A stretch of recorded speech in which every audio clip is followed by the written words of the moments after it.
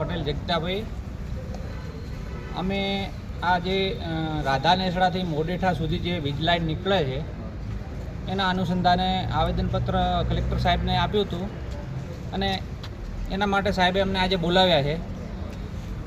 શાંતિસર અમારાથી વાત તો કરી છે, પણ ખેડૂતોને યોગ્ય વળતર નહીં મળે તો અમારા આગળ પણ આંદોલનો ચાલુ રહેશે. અને અમારા જેવા નાના ખેડૂતોના ખેતરમાં 1-2 એકર જમીન હોય અને એ પણ જો વીજ કંપનીવાળા છીનવી લેતા હોય તો અમારે જવું ક્યાં? અમારે કોની જોડે મદદ માગવી? જો અમને પૂરતું વળતર નહીં મળે તો અમે આવનાર સમયમાં પણ આંદોલન તો કરીશું. પણ જો સાહેબ અમને આશ્વાસન આપ્યું છે એ પ્રમાણે જો એમને વાત થશે વીજ લાઇનથી અને પૂરતું વળતર જે નવસારીના ખેડૂતોને મળ્યું છે એ પ્રમાણે મળશે તો જ અમે જંપીશું. બાકી અમે આગળ પણ લડતા રહીશું. જય જવાન જય કિસાન.